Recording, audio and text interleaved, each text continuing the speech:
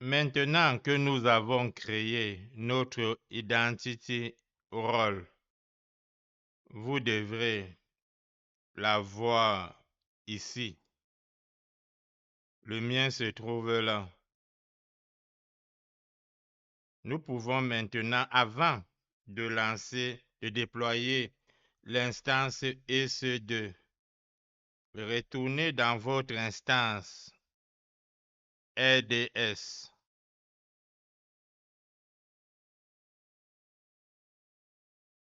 Sélectionnez votre instance. Au niveau de Connectivity and Security, ici nous avons EU Central 1 et la région et Availability Zone EU Central 1B.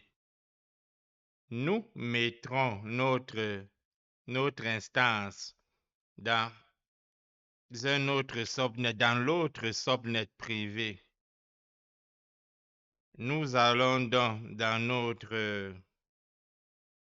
notre instance EC2. Je pourrais aller directement dans instance, mais pour certains, ça doit être la première fois. Cliquez sur EC2, instance, EC2, instance. Ensuite, launch. On peut cliquer ici. On a pris l'habitude de cliquer sur le bouton orange. J'aime bien. Cliquez dans launch, instance, name et tag. Donne pas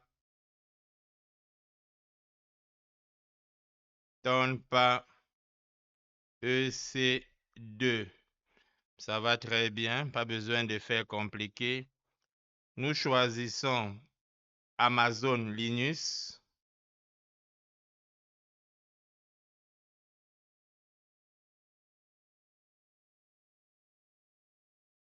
Amazon Linux 2023. Ici, nous allons déployer beaucoup de choses. Le T3 est petit. Nous optons pour le T3 Medium. Nous augmenterons le volume EBS plus tard. Et pour Keeper Name Require, nous n'allons pas, le port 22 est bloqué, ou nous n'ouvrirons pas le port 22 pour être plus spécifique. Et au niveau de Network, cliquez sur Edit, choisissez votre network, pas celui par défaut, c'est très important. Cliquez, choisissez votre VPC. Ici, nous avons par défaut la zone publique, ce n'est pas ce que nous voulons. Nous choisissons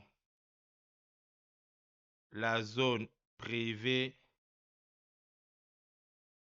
Availability Zone EU1A. Nous le choisissons.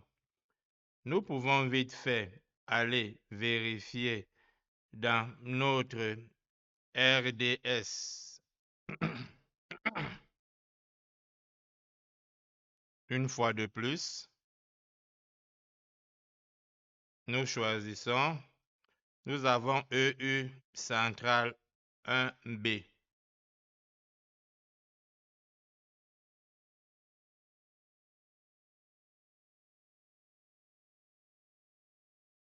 EU Central 1A. Pour le Security Group, Select Security Group. Si nous cliquons, si nous laissons là, nous aurons le Launch Wizard 1. Il y aura les problèmes de connectivité. Allons sur Select Existing Security Group et cliquons sur notre security group.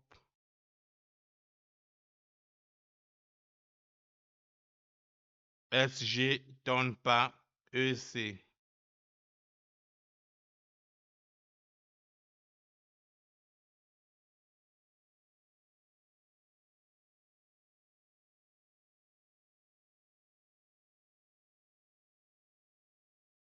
Nous cliquons sur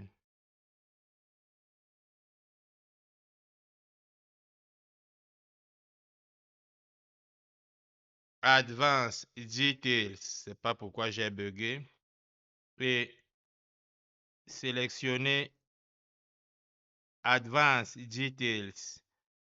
Laissez le domaine join directory par défaut. Laissez-le. De toute façon, il n'y a rien. Et au niveau de IAM Instance Profiles, pas besoin de créer le nouveau. Nous avons été proactifs. Cliquez, prenez votre rôle comme vous l'avez nommé. Tout le reste, on peut laisser par défaut.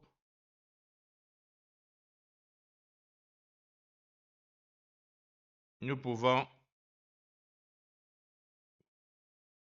créer notre instance.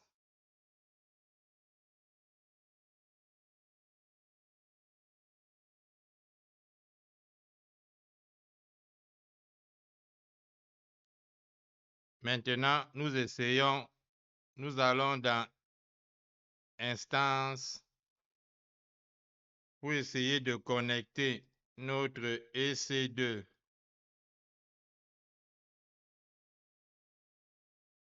Ping statut offline, session manager offline. SSM agent enable to acquire credential. Donc SM n'arrive pas à communiquer avec notre EC2. Nous rentrons compléter notre VPC.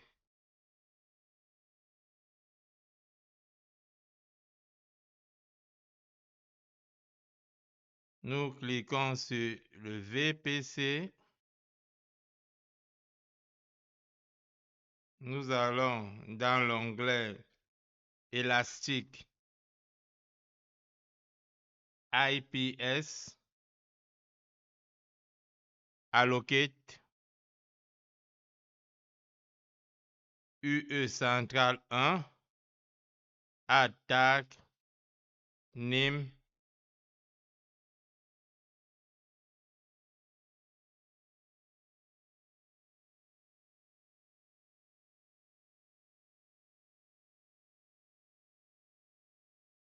Tonpa,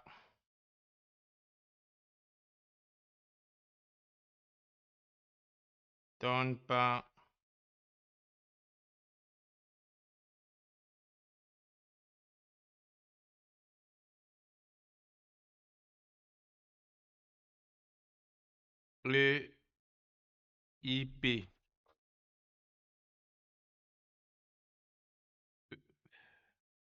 EIP. Je vais mettre en minuscule. OK. Allocate.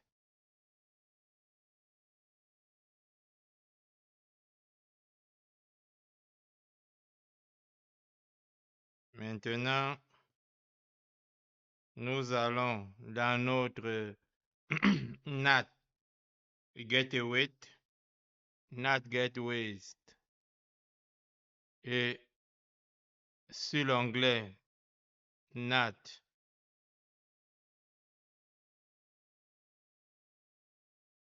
VPC, Virtual VPC, NAT Gateway, notre fameux orange Create.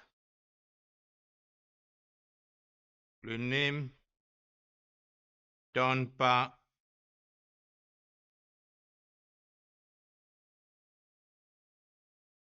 NAT GW pour Gateways. C'est simple. Et nous choisissons notre VPC.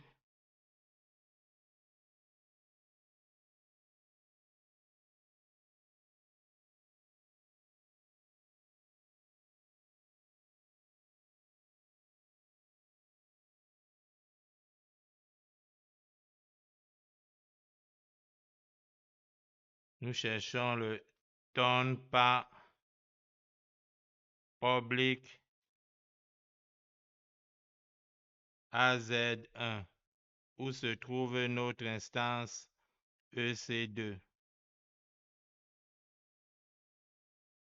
Nous le choisissons.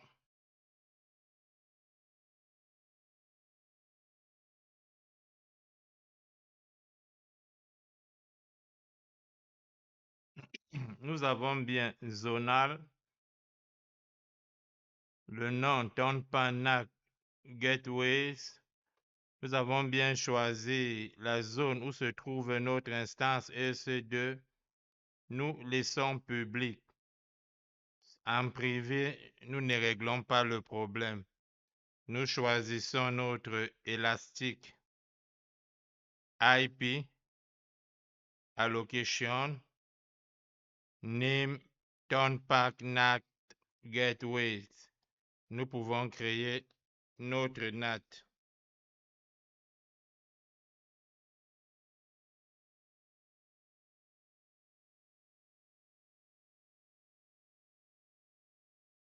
Maintenant, la dernière étape, je vais essayer de rafraîchir un moment. OK, voilà le temps. Il faut aussi attendre un moment pour avoir le state available. Nous étions tout à l'heure à pending.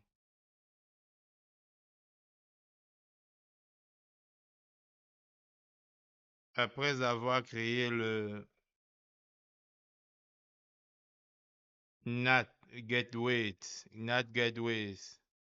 available qui existe, j'ai créé le élastique. Il est aussi existant. Nous finalisons avec notre table de routage. Cliquez sur Route Tables.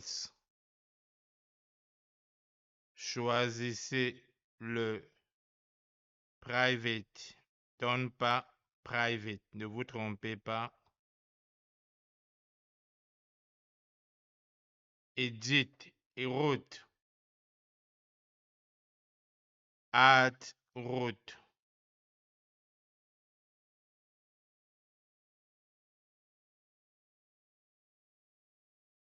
Nous prenons cette option. Ce que nous voulons, c'est NAT Gateway. Ensuite, nous prenons notre tonpa NAT Gateway.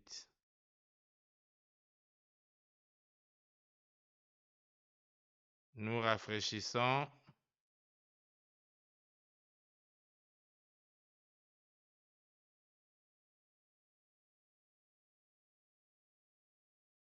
Et nous attendons 1 minute à peu près pour tenter une reconnexion. La manipulation après avoir été faite, vous attendez près d'1 minute. Au niveau de Connect, si le statut n'est pas Session Manager Connected et Online, vous devez revenir au niveau de votre instance et simplement reboot instance state, reboot l'instance. On se connecte via Session Manager Connect.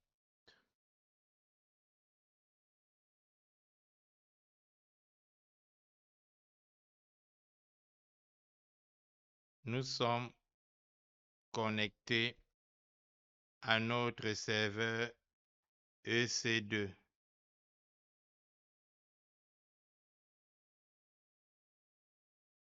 Avant de continuer, avant d'installer les Docker et de connecter l'instance à la base de données, il est indispensable de sécuriser le cycle de vie de EC2.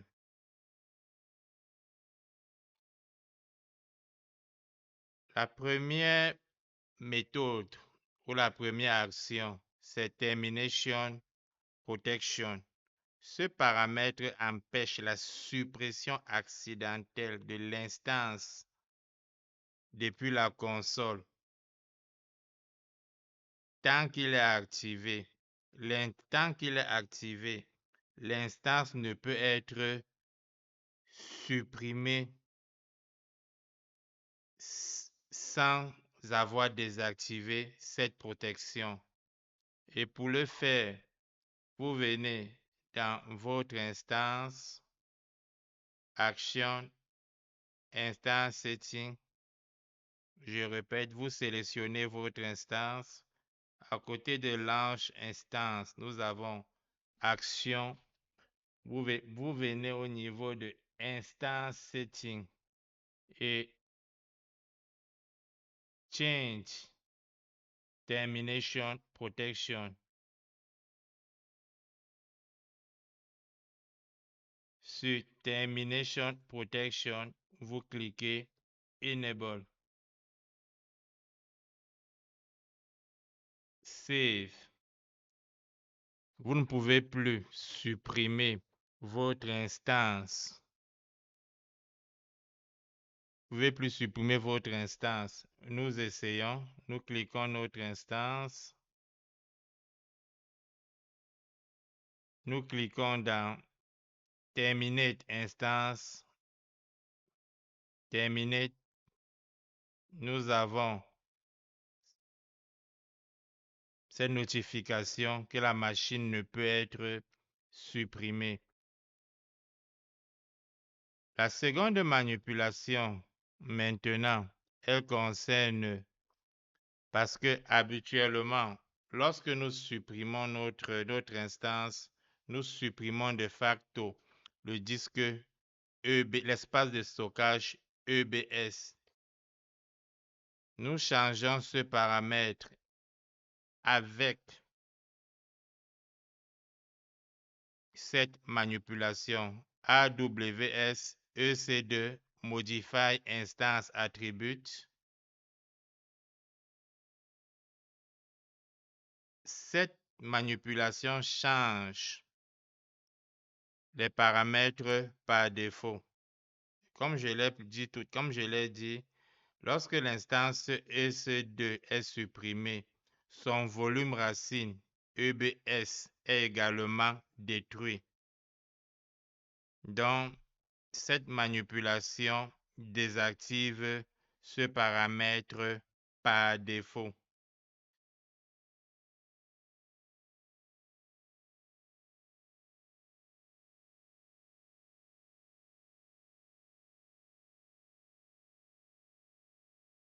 Ici, vous trouvez les différents paramètres. L'ID instance est votre disque EC2.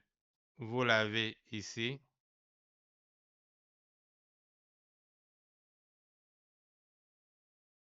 Device name, vous l'avez au niveau de votre RDS.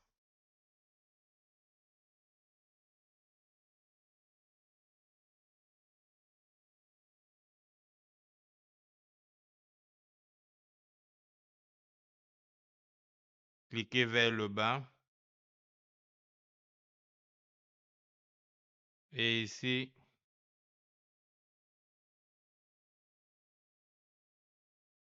là, nous avons le endpoint.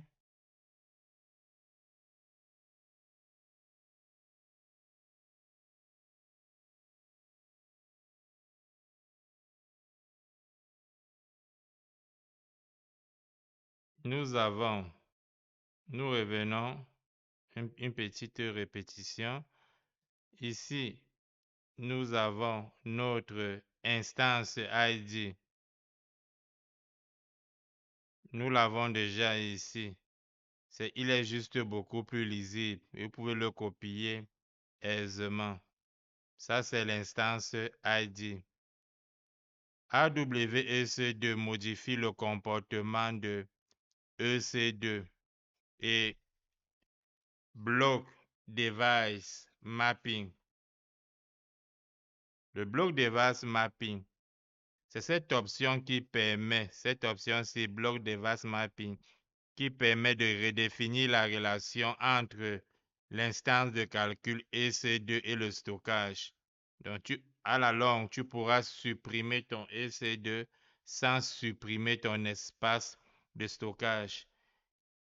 Device name, où trouver cette donnée? Dans votre EC2, cliquez vers le bas, vous avez volume. Vous cliquez sur un instant, il n'apparaît pas, il faut cliquer. Vous cliquez sur votre volume et vous l'avez ici. Attache Resources, EBS4 Index 0. Vous l'avez ici. Quand c'est fait, vous pouvez maintenant, inutile de taper une commande aussi longue, vous pouvez là simplement, comme dans mon cas, il faut se connecter à l'instance.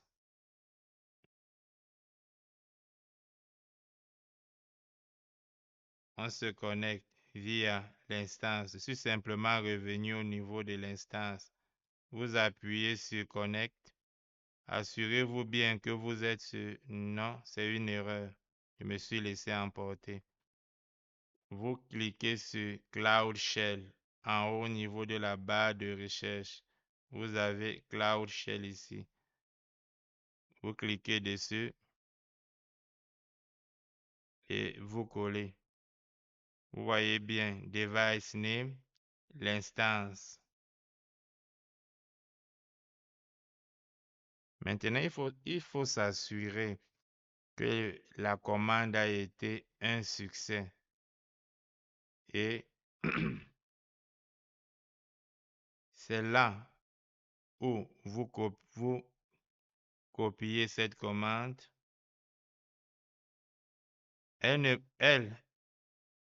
Contrairement à l'autre commande, elle ne modifie pas, elle ne fait que décrire. Et le bloc-ci empêche que vous ayez toute une dizaine d'attributs, comme l'IAM role, le monitoring et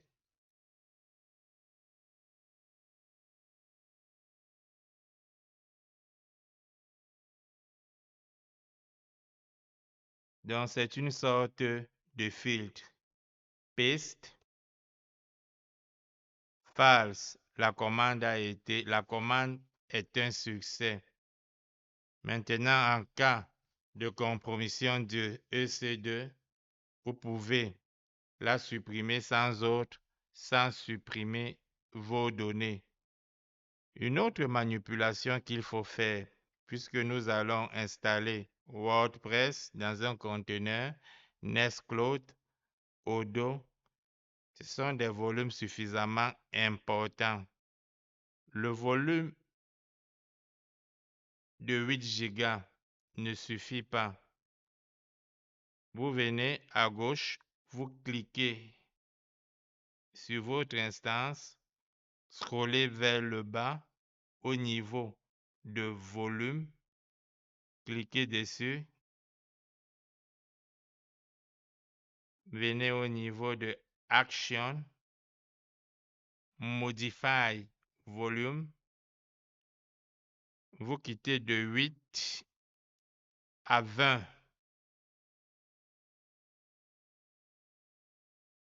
Vous modifiez,